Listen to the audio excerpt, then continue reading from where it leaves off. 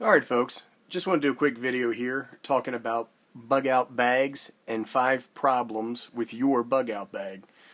But before I do that, why don't you go grab yourself a nice cold one, come on back, and we'll get started.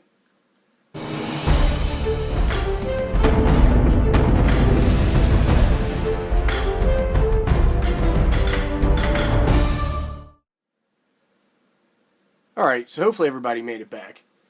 Now before we get started, what I want to say is that I'm not an expert, I'm not a prepper, I'm not a doomsday prepper or survivalist, I'm a prepping enthusiast. And I want to talk about bug out bags and 5 problems that I see with them. And when I say your bug out bag, I'm not talking about your bug out bag specifically, but I'm talking about bug out bags in general. And what folks need to understand is that your bug out bag is a compromise. It's a compromise based off of the type of bag that you have, how much you can carry, what you can afford to put in there, and how much space you have, right? And so that being said, when you take a look at bug out bags across the board, there's some themes or things that you see where there could be possible improvements, and that's what I want to talk about today. So what I'm going to do is I'm going to stop the video, we're going to come back, and we're going to talk about topic number 1. Alright folks, so the first problem that we typically see is around communications. And you have to determine what communications are right and appropriate for you, your bug out situation, your budget, and your scenario. That being said, there's a bunch of different options that are available and things that you need to consider. One is a cell phone, right? In a lot of cases, you're still going to have the ability to use a cell phone. Think about scenarios where people are bugging out because of floods or power outages or storms, things like that. But beyond that, you want to have some sort of radio capability. And then what you choose is dependent upon a couple of different things. Maybe AM/FM radio with shortwave capability is important to you.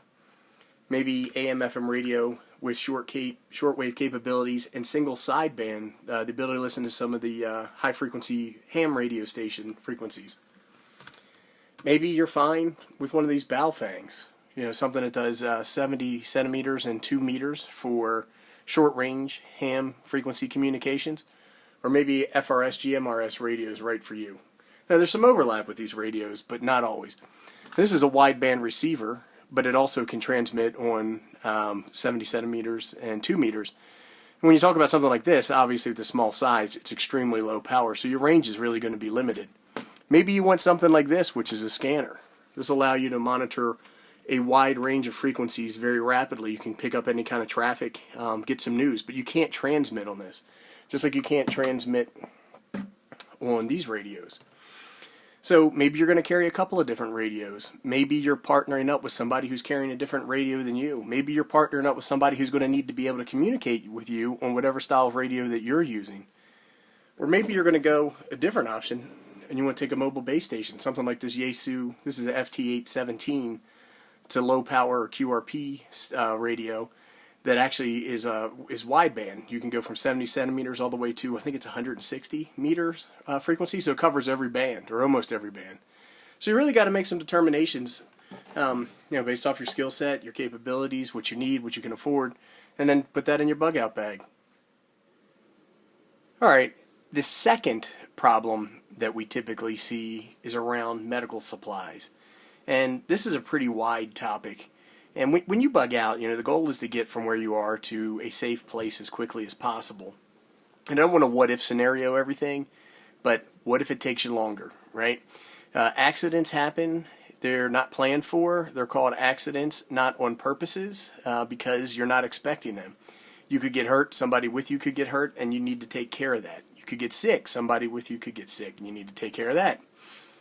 So that being said, you're going to need a variety of things if you expect success in your journey. You're going to need the ability to treat minor cuts, scrapes, boo-boos, as some people call them. You're going to need the ability to stop bleeding, whether it's light, moderate, heavy, or severe life-threatening bleeding. You're going to need the ability to set a broken bone, a fracture, a mechanical injury like a sprain or a pulled muscle. You're going to have to be able to treat that. And then you're going to need medicines, whether somebody has got diarrhea, they have a fever, they have an allergic reaction, maybe they need pain medicine, maybe they're diabetic and they need insulin, maybe they have some other sickness or illness, high blood pressure. It could be anything. So, and you're going to need to account for that. And like I said, your bug out bag is a compromise. You're not going to be able to plan for everything. You're not going to be able to forecast or predict, afford, or carry everything that you might need. But I would say really take some time to evaluate your medical supplies and what you have. All right, the third problem we typically see is with food, and specifically in terms of the ability to source or procure food, a sustainable food source. So you see a lot of folks will have things like these ration bars or survival tabs, the ever so popular Spam, the canned meat, and you'll see things like these fishing kits. But your success of really being able to procure food on a long-term basis, even a short-term basis with something like this, are pretty slim, especially if your bug out group is of a large nature. If you have a bunch of people, family, maybe an elderly person, somebody who's infirmed. Like I mentioned, your goal in bugging out is to get from where you are to a safe place as quickly as possible.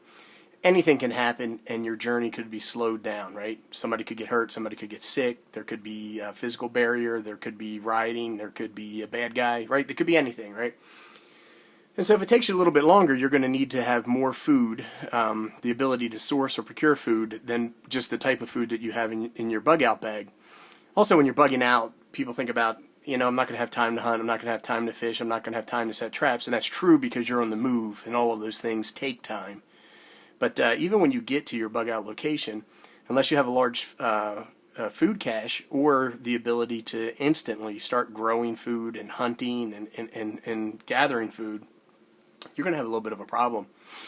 Now, some people will pack some ammunition like this. This is some 22. Maybe you have a lever action or a 10-22 semi-automatic rifle. Maybe you have a pistol. But I think the idea of walking through the woods to get to your bug out location, spotting a deer or a turkey and taking them out with your 9mm Glock is fantasy. I don't think that's reality. And you don't want to be in a scenario where you're carrying 10 conibear traps with you either. Couple of snares, I don't know, is that enough? Maybe not. It's just something that I typically see as a problem, the ability to continually provide food for yourself, your family, and your friends. All right, folks, and the fourth problem that we typically see is the ability to navigate or orienteer yourself, your group, your party from point A to point B. So you need to have some good quality compasses, and you're going to need to know how to use them. And they're going to need to have features like declination, where you can take into consideration where you are as opposed to where magnetic north and true north are. I'm not going to get into all that stuff in this video.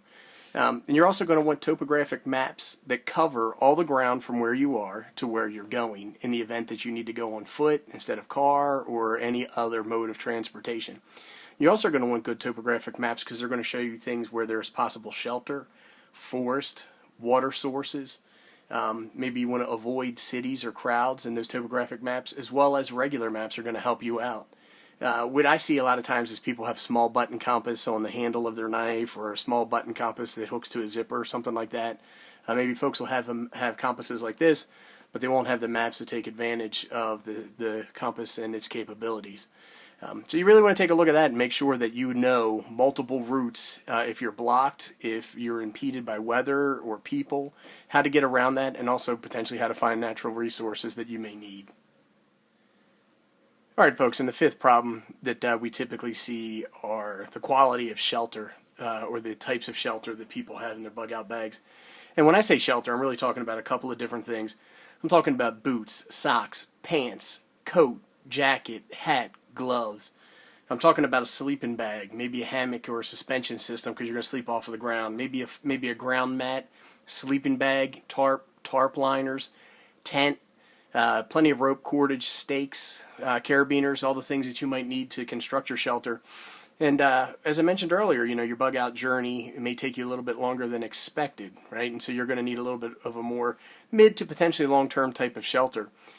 When you watch survival shows, and I'm sure people will be like, that ain't no survival show, but when you watch things like Alone, you see all the problems people have with their shelter. Again, I think it's a little bit naive to think that you're just going to go out and you're going to be a bushcraft Rambo, build yourself a debris hut, and be fine.